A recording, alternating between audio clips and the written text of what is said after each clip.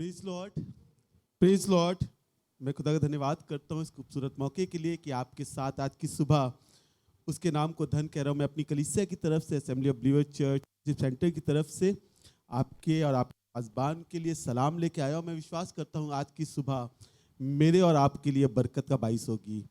और जैसे आपने सब कोई कह रहा था ना कि हम सबके लिए गिफ्ट लेके आए हैं, लेकिन मिला किसी किसी को, पर मैं आप सबके लिए गिफ्ट लेके आया हूँ और वह है यीशु मसीह नासरी, जो हर एक समस्याओं को, जो हर एक प्रॉब्लम पर गालिब हुआ है और वह आज की सुबह स्वतंत्र करके मुझे और आपको यहाँ से भेजेगा। थोड़ी देर उसके वचन में चलेंगे और मैं रिक्वेस्ट करूंगा मेरे साथ कोई निकाल के पढ़े यिर्मयाह नबी की पुस्तक उसका 50वां अध्याय, यिर्मयाह नबी की पुस्तक उसका 50वां अध्याय, उसका 33वां और 34वां पद।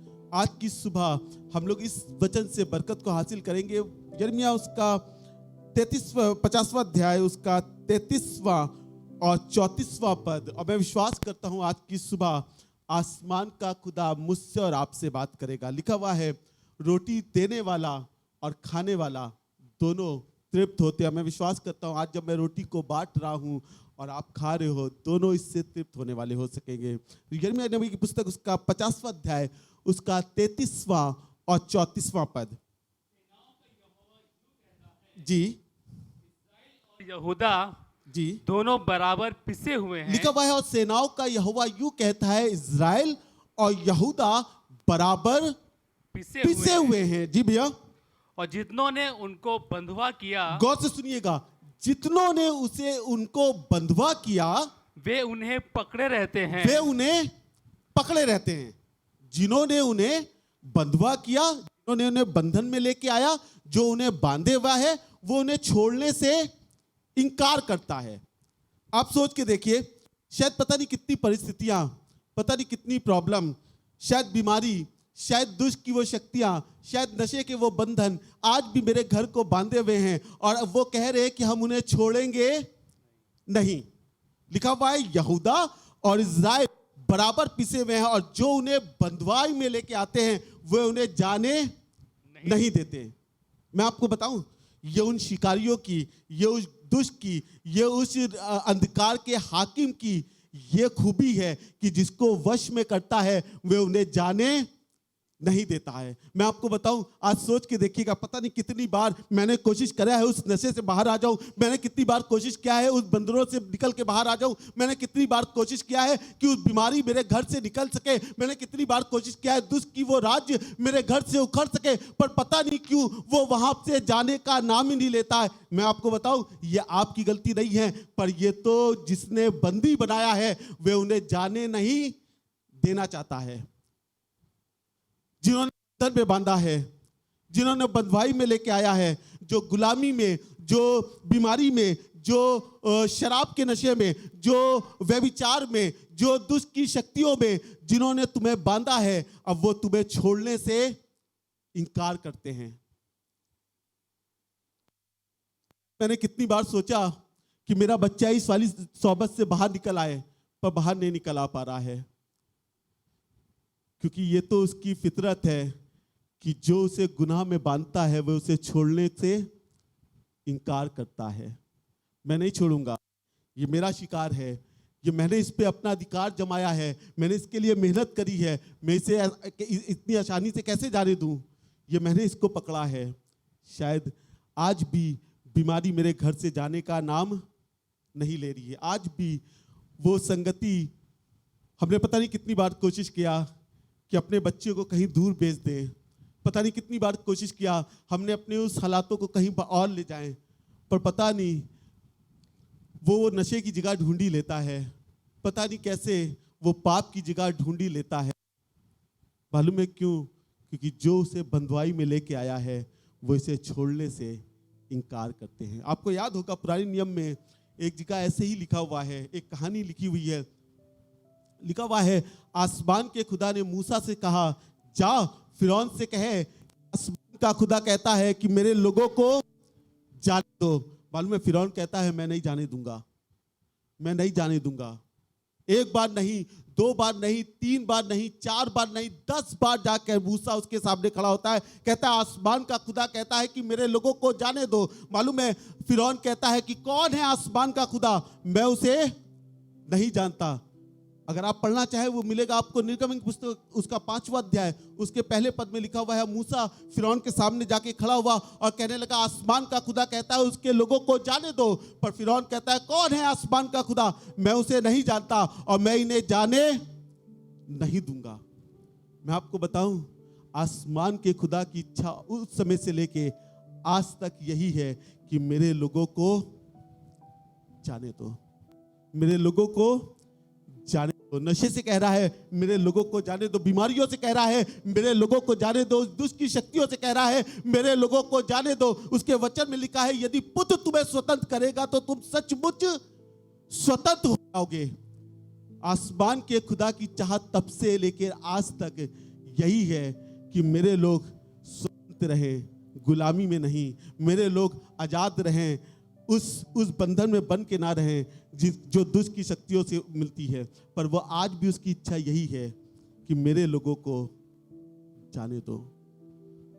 एक बार नहीं, 2 बार नहीं, 5वें अध्याय में, 8वें अध्याय में, 13वें अध्याय में, 12वें अध्याय में ये बारंबार मूसा गया और कहने लगा, आसमान का खुदा कहता है मेरे लोगों को जाने दो। पर फिरौन खड़े होके कहता है, मैं जाने नहीं दूंगा। इस अंधकार का राजा कहता है, मैं इन्हें जाने नहीं दूंगा, मैं इन्हें जाने नहीं दूंगा। पर आसमान का खुदा आपके लिए एक बरकत की बात कह रहा है कि मेरे लोगों को जाने दो। जो बहुत सालों से बीमारी के बंधन में बंधे हो, आज वो तुमसे बात करके कह रहा है कि मेरे लोगों को जाने दो। बहुत समय से नशे के बंधन में पड़े हो, आज वो तुमसे बात करके कह रहा है कि मेरे लोगों को जाने दो।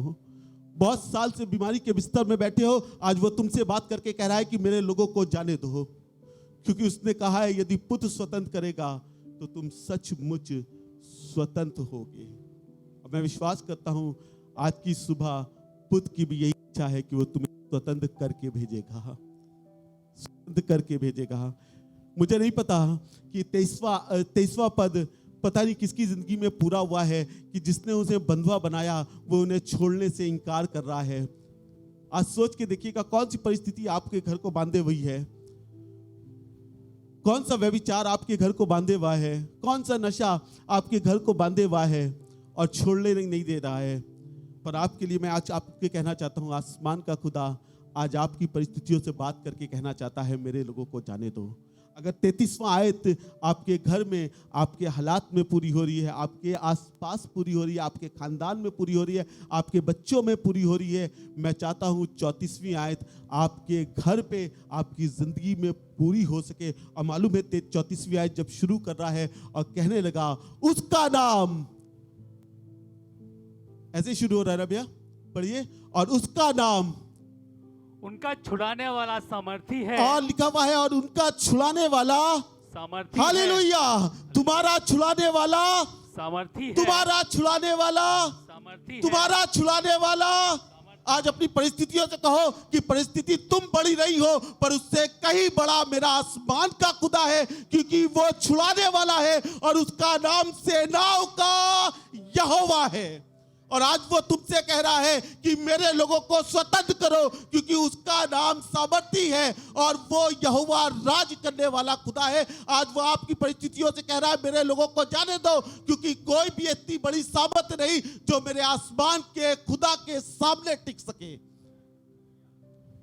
और आज वो तुमसे कह रहा है, और उसका नाम और उसका छुड़ाने वाला सामर्थी है। आज अपने दिल पे हाथ रख के कहिएगा, आज अपनी परिस्थितियों पे विश्वास के साथ खड़े होके कहिएगा कि आसमान का खुदा मेरा छुड़ाने वाला है और वो सामर्थी है। मुझे नहीं पता आज की सुबह आप कौन से बंधन में बंधे आए हो, मुझे नहीं पता किस परिस्थितियों से बंध के आए हो, पर मैं आज आपके लिए खुशखबरी लेके आया हूं कि आपका छुड़ाने वाला सामर्थी है। आज आप लेके आए हो कि बच्चे के लिए बहुत दुआएं करी है, बहुत बार हमने दुआएं करी है कि मेरा बच्चा सुधर जाए, इस गंदी सोबत से निकल के बाहर चला है, इस वाली चीजों से निकल के बाहर चला है, लेकिन आज तक हो नहीं पाया। पर आज उस परिस्थितियों पर खड़े होके कहिएगा कि मेरा छुड़ाने वाला सामर्थी है और वो मेरे बेटे को भी आजाद करेगा।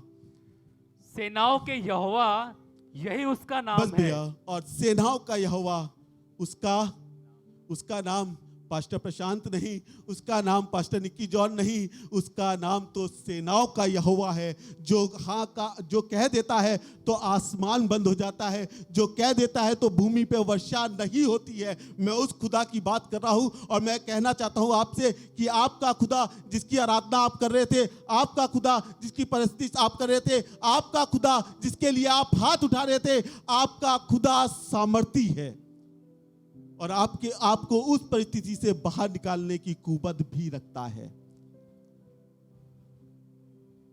मुझे नहीं पता कि ये आज का कलाम किसके लिए है, किसके लिए नहीं है, पर ये मेरे लिए तो जरूर था और आज भी है कि मैं अपनी परिस्थितियों पे खड़ा होकर कह सकूं कि मेरा छुड़ाने वाला सामर्थी है। एक दिन अय्यूब कहने लगा, मुझे तो निश्चय है कि मेरा छुड़ाने वाला जीवित है, मेरा छुड़ाने वाला जीवित है। आपका छुड़ाने वाला जीवित है। आपकी परिस्थितियों को बदलने वाला खुदा जीवित है। आपके हालातों को बदलने वाला खुदा जीवित है। आपके बिजनेस को सक्सेस पे पहुंचाने वाला खुदा आज भी जीवित है। उससे मांग, वो तुझे सब देने की सामर्थ रखता है। शायद आज तक मैंने अपनी अकल से, शायद मैंने आज तक अपने जोर से, शायद मैंने आज तक अपने पैसों से सोचा कि वाली चीजें ठीक हो जाएंगी, पर आज तक ठीक नहीं हुई, पर और बस से बदतर होती चली गई है। आज उसके सामने आए हो, उससे कहना, प्रभु ये मैं नहीं कर सकता, ना मैं अपनी समझ से कुछ कर सकता हूं, पर मैं अपनी चीजों को तेरे हाथ में दे रहा हूं। प्रभु आप करिएगा, प्रभु आप करिएगा, प्रभु आप करिएगा, प्रभु आप करिएगा, क्योंकि मुझे पता है कि मेरा छुड़ाने वाला सामर्थी है। जो उन्हें बंधन में बांधते हैं वो इन्हें छोड़ते नहीं और मना करते हैं कि मैं इन्हें जाने नहीं दूंगा, पर तुम्हारा आसमान का खुदा सामर्थी है। वो आज भी तुम्हारे लिए कह रहा है कि मेरे लोगों को जाने दो। ए नशो सुन लो, आसमान का खुदा तुमसे बात करके कह रहा है कि मेरे लोगों को जाने दो। ए गरीबी सुनो, आसमान का खुदा तुमसे बात करके कह रहा है कि मेरे लोगों को उसमें से निकाल दो, क्योंकि उसके वचन में लिखा है और तुम अपने परमेश्वर का अनुग्रह जानते हो, वो धनी होकर भी कंगाल हो गया ताकि उसके कंगाल हो जाने से मैं धनी बन सकूं।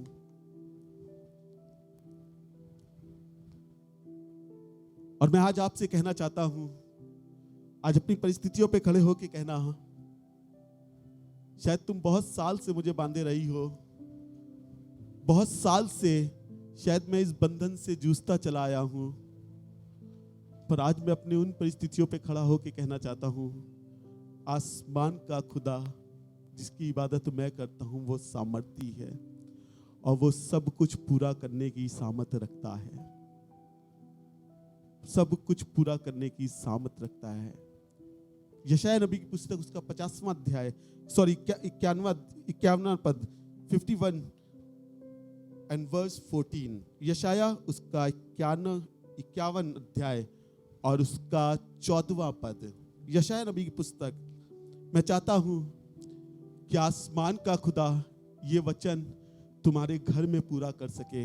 आसमान का खुदा ये वचन तुम्हारी परिस्थितियों में गूंज उठे। आसमान के खुदा का ये वचन तुम्हारे हालातों में गूंज जाए और ये वाला वचन तुम्हारे घर पे, तुम्हारे परिवार में पूरा हो सके। लिखा हुआ है, बंधुआ शीघ्र ही स्वतंत्र किया जाएगा। लिखा है, और बंधुआ शीघ्र ही स्वतंत्र किया जाएगा और वो गड्ढे में न मरेगा, ना मरेगा। बंधुआ जो बंधुआई में पड़ा है, बंधुआ जिसके पास अब कोई उम्मीद नहीं है, अब उसके पास कोई आशा नहीं है कि मैं कैसे निकलूंगा, कैसे बाहर आऊंगा।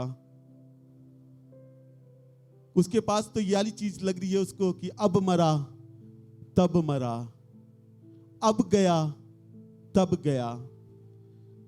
पर उसके लिए आसमान का खुदा कह रहा है, तुम किसी भी बंधन में पड़े हो, तुम किसी भी बंधन से जकड़े हुए हो, तुम किसी भी बंधन से अपने आप को बंधा पा रहे हो, आसमान का खुदा तुमसे कह रहा है, बंधुआ शीघ्र ही स्वतंत्र किया जाएगा और वो गड्ढे में ना मरेगा। और फिर उसके बाद दिखाया, और उसे रोटी की कमी ना होगी। मुझे नहीं पता आप कितनी रोटी की कमी में रहे हो, मुझे नहीं पता कितनी बार आपके पास पैसा रहा है कि नहीं रहा है, मुझे नहीं पता घर में आपके पास खाने को कितना है और कितना नहीं है, पर आसमान के खुदा का वचन आज तुम्हारे लिए है कि बंधुआ शीघ्र ही स्वतंत्र किया जाएगा, वो गड्ढे में ना मरेगा और उसे रोटी की कमी ना होगी। मैं आज आपसे बात करके कहना चाह रहा हूं, ये खुदा का वचन आज की सुबह मैं आपके लिए लेके आया हूं। ये सुसमाचार आज की सुबह मैं आपको सुनाने इसीलिए आया हूं कि कोई बंधन में बंधा, कोई गड्ढे में पड़ा, इस वाली बात को जान सके कि तुम्हारा छुड़ाने वाला सामर्थी है और तुम बंधुआ शीघ्र ही स्वतंत्र किया जाएगा और वो गड्ढे में ना मरेगा और ना उसे रोटी की कमी होगी।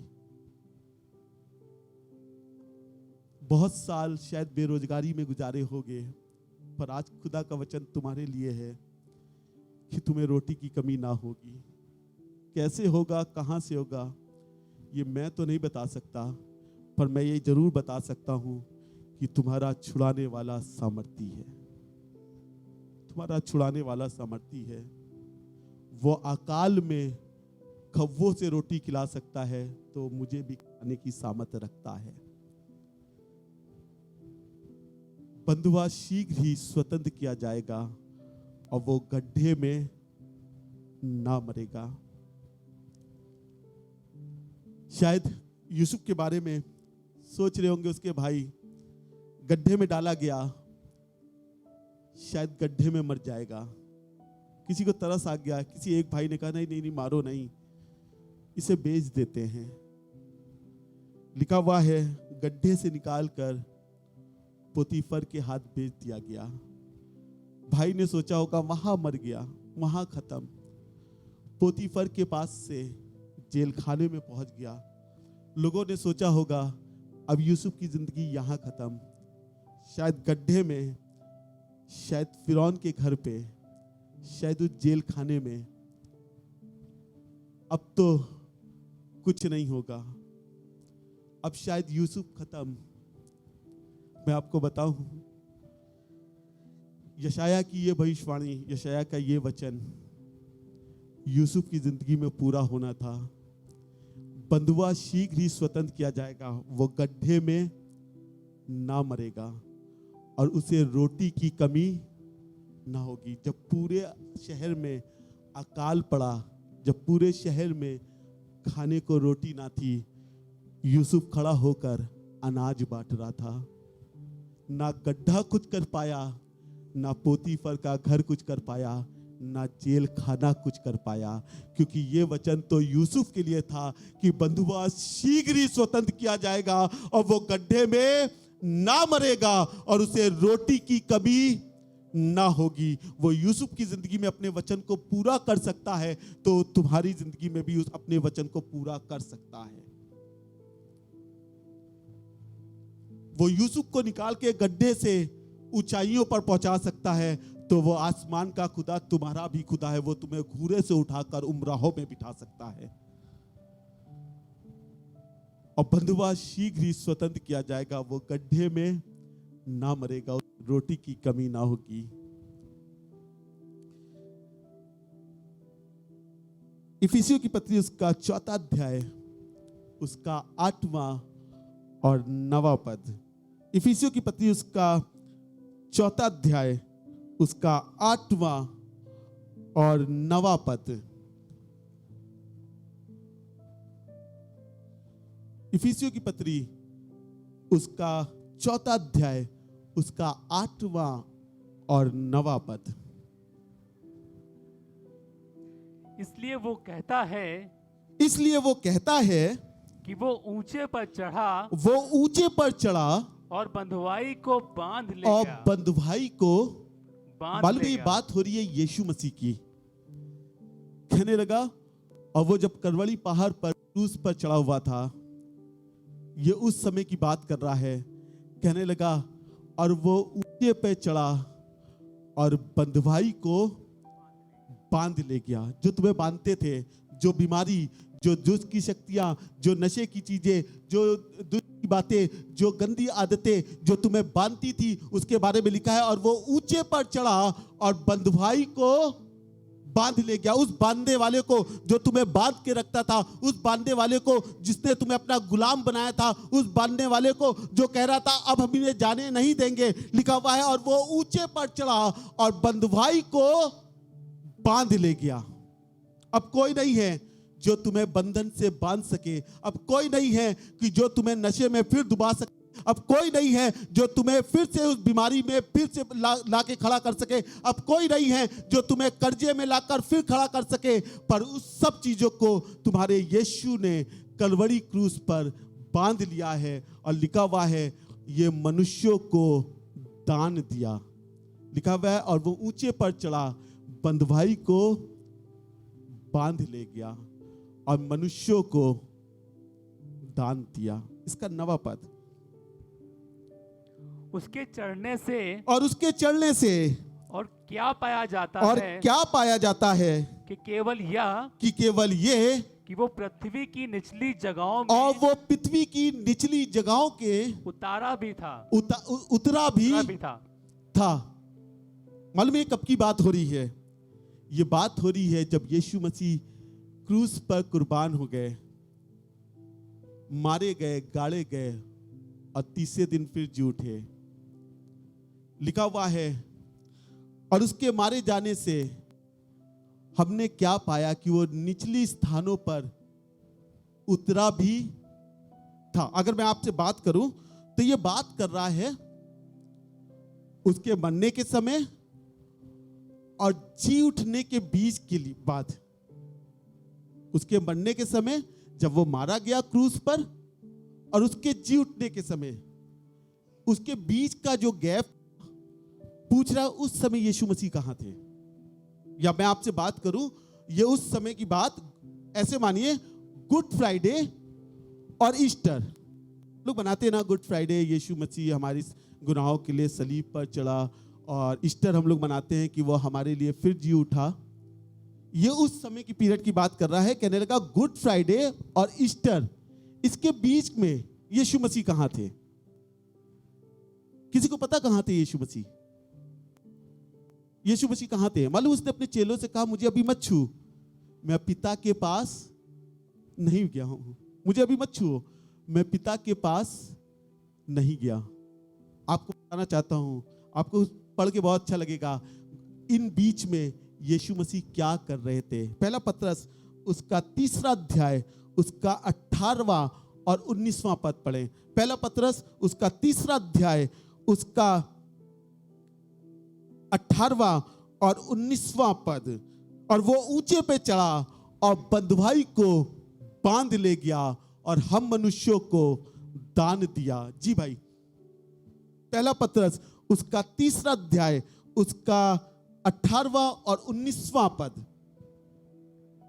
इसलिए कि मसीह ने भी, और इसलिए मसीह ने भी, अर्थात अधर्मियों के लिए जी, धर्मी ने पापों के कारण जी, एक बार दुख उठाया, जी, ताकि हमें परमेश्वर के पास पहुंचाए। परमेश्वर के पास पहुंचाए। वो शरीर के भाव से तो मारा गया, सुनिएगा, वो शरीर के भाव से तो मारा गया, पर आत्मा के भाव से जिलाया गया। और आत्मा के भाव से जिलाया गया। जी, उसी में उसने जाकर, लिखा हुआ है, गौर से सुनिएगा, उसी में उसने जाकर कैदी आत्माओं उन को कैदी आत्माओं को जो नूह के समय से आज्ञा ना मानने के कारण, जी भाई आगे, आत्माओं को भी प्रचार किया, जी, जिन्होंने उस बीते समय में जी, आज्ञा ना मानी, जो आज्ञा ना मानी, जब परमेश्वर नूह के दिनों में धीरज धरकर ठहरा रहा। जी।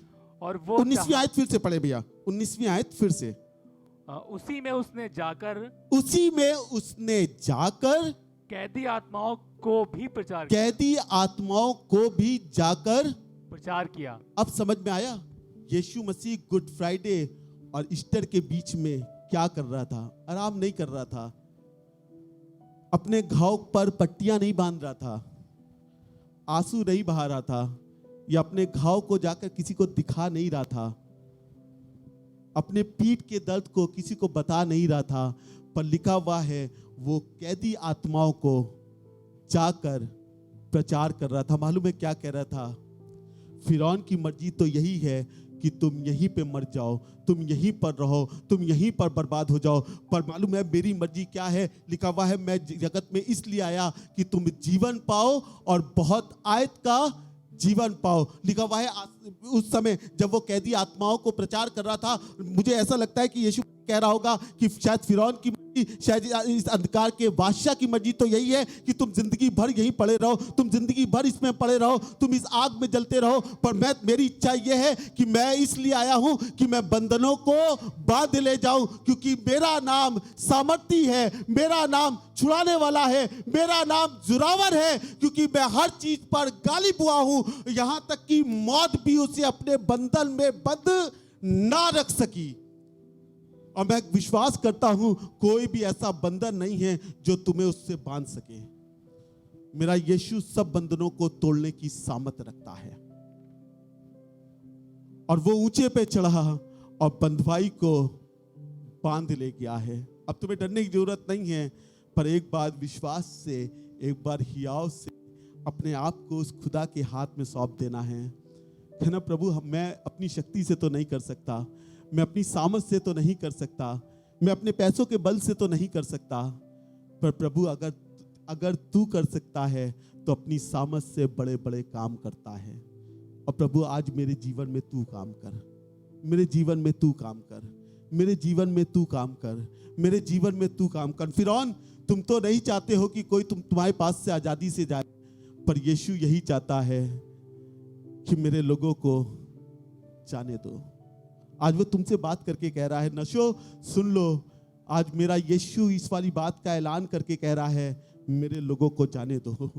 बीमारियों सुनो, मेरा यीशु ऐलान करके कह रहा है उस बीमारियों से यीशु कह रहा है मेरे लोगों को जाने दो। कोई बंधन नहीं जो तुम्हें बांध सके, क्योंकि हर एक बंधन को मेरे यीशु ने सलीब पर तोड़ दिया है।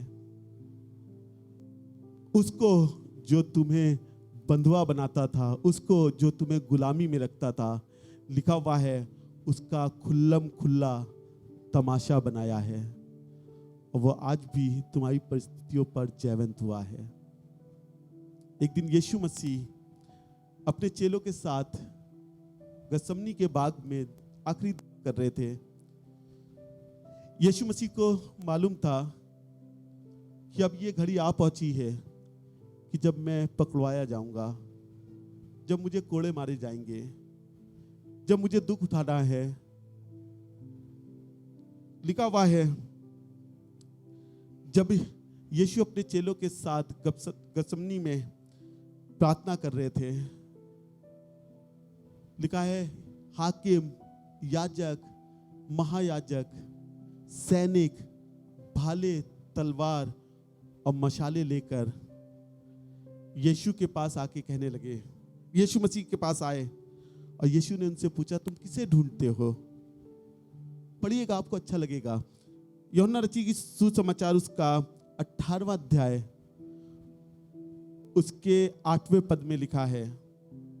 यूहन्ना रची सुसमाचार उसका 18वां अध्याय उसका पहले 6ठा पद पढ़ें और फिर 8वां। लिखा हुआ है जब वो आए, क्योंकि उन्होंने कभी यीशु को नहीं देखा था, सिर्फ उसकी चर्चा सुनी थी, कभी उन्होंने आमने सामने यीशु को नहीं देखा, वो पहचानते नहीं थे कि यीशु कौन है।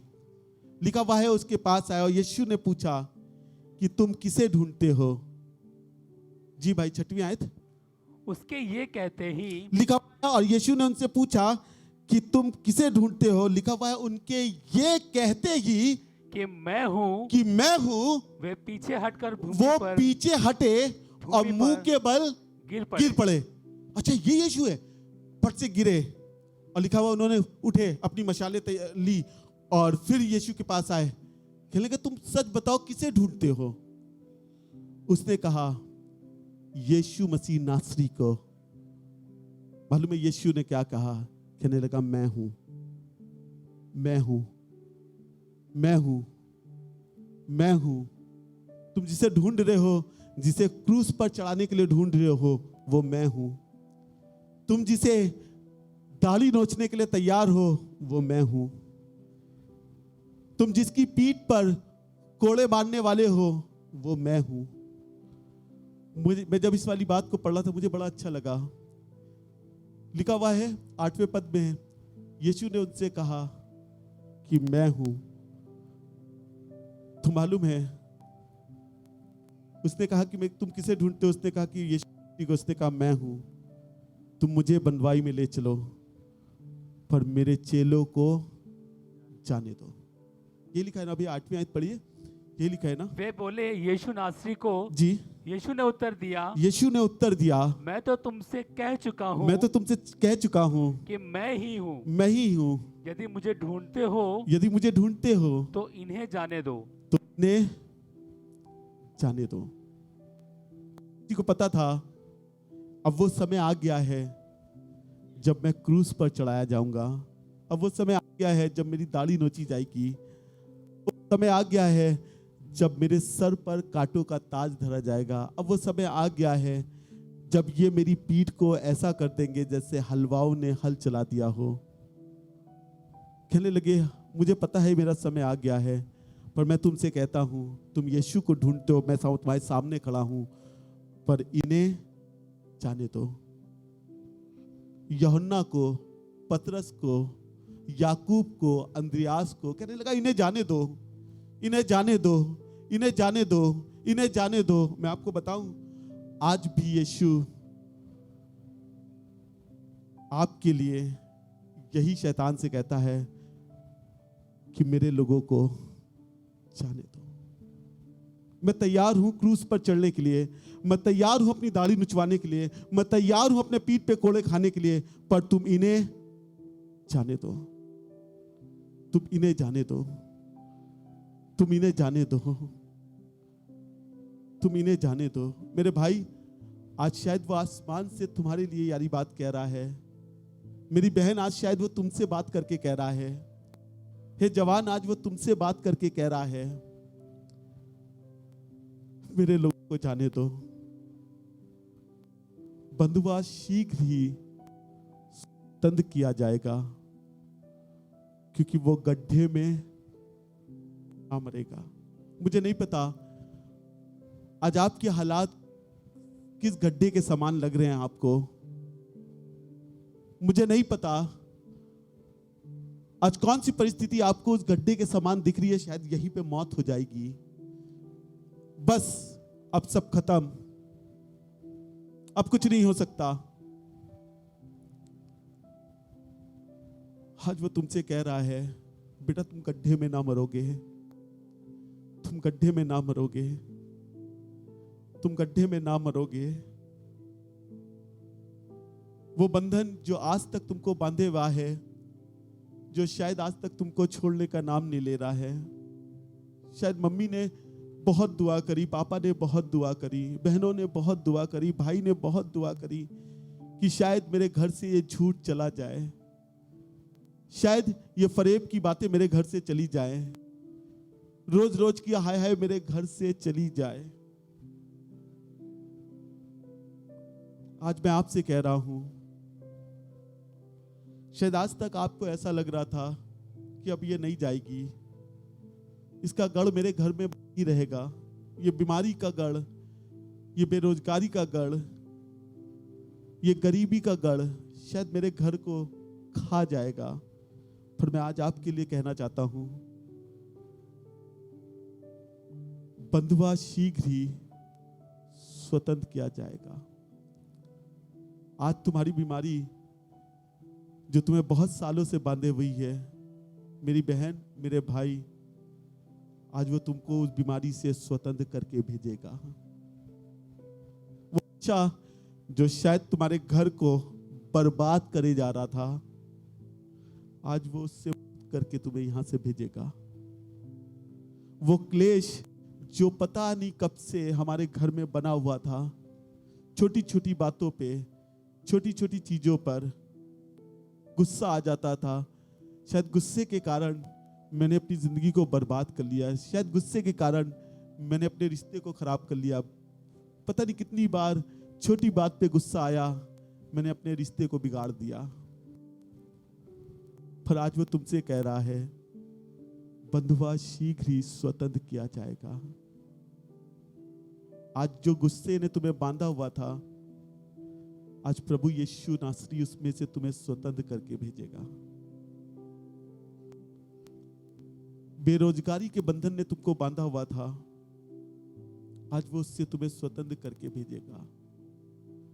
तुम्हारे घर में प्यार पाया नहीं जा रहा था, जब भी देखा नफरत, जब भी दिखा गुस्सा, जब भी दिखा कुड़कुड़ाहट, पर तुम्हारे घर में वो मोहब्बत फिर से पैदा करने जा रहा है, क्योंकि उसका वचन शायद तुम्हारे घर के लिए पूरा होने जा रहा है कि बंधुआ शीघ्र ही स्वतंत्र किया जाएगा और वो गड्ढे में ना मरेगा और उसे रोटी की कमी ना होगी। जो उसे बंधुआई में लेके आते हैं वो इसे छोड़ने से इनकार करते हैं। पर याद रखो, तुम्हारा छुड़ाने वाला सामर्थी है, तुम्हारा छुड़ाने वाला सामर्थी है और उसका नाम सेनाओं का यहोवा है, जो तुम्हारे लिए सब कुछ पूरा करने की सामर्थ रखता है। अपनी आंखों को बंद करेंगे और आज मैं आपसे उस विषय में बात करना नहीं चाहता, कैसे बंधे, कैसे हुआ, किस लिए हुआ, पर मैं आपसे ये बात कहना चाहता हूं। लिखा हुआ है, और जहां कहीं प्रभु का आत्मा होता है वहां स्वतंत्रता होती है। आई बिलीव, पूरे विश्वास के साथ इस वाली बात को कह सकता हूं, आज प्रभु का आत्मा हमारे मध्य में है और स्वतंत्रता भी हमारे मध्य में है। आज सोच के देखिएगा, कितने सालों से, कितने दिनों से कोशिश कर रहे थे, प्रभु ये वाली बीमारी से नजात, प्रभु इस वाले गुस्से से नजात, प्रभु इस व्यभिचार से नजात, शायद आज तक नहीं मिला। मैं आपकी गलतियां, मैं आपकी कमजोरियां नहीं बताने आया हूं, पर मैं आपसे यह बताने आया हूं कि तुम्हारा छुड़ाने वाला सामर्थी है।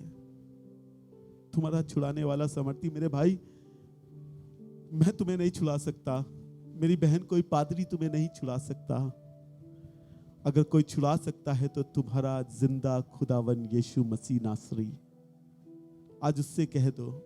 लिखा हुआ है एक औरत के बारे में, वो अपने दिल का हाल जाकर खुदा के सामने रख देती थी। उसके विषय में लिखा है, और आसमान के खुदा ने उसे मुंह मांगा वर दिया। आज आसमान का खुदा तुम्हें मुंह मांगा वर दे। आज मैं आपसे कहना चाहता हूं, उसके कलाम पे खड़े होकर, कि आसमान का खुदा तुम्हें मुंह मांगा वर दे। किस चीज से आजादी चाह रहे हो, आज प्रभु से तुम्हें आजाद करके भेजे। किस बंधन से चाह रहे हो कि आज तुम्हारे वो बंधन तोड़े जाए, आसमान का खुदा तैयार है तोड़ने के लिए। क्या तुम तैयार हो अपने बंधनों को तोड़वाने के लिए? वो तैयार है, वो तैयार है, वो तैयार है तुम्हारी उन चीजों को उखाड़ के बाहर फेंक सके जो खुदा की नजर में सही नहीं है। क्या तुम तैयार हो? अगर तुम तैयार हो तो वो भी तैयार है तुम्हें आजाद करने के लिए।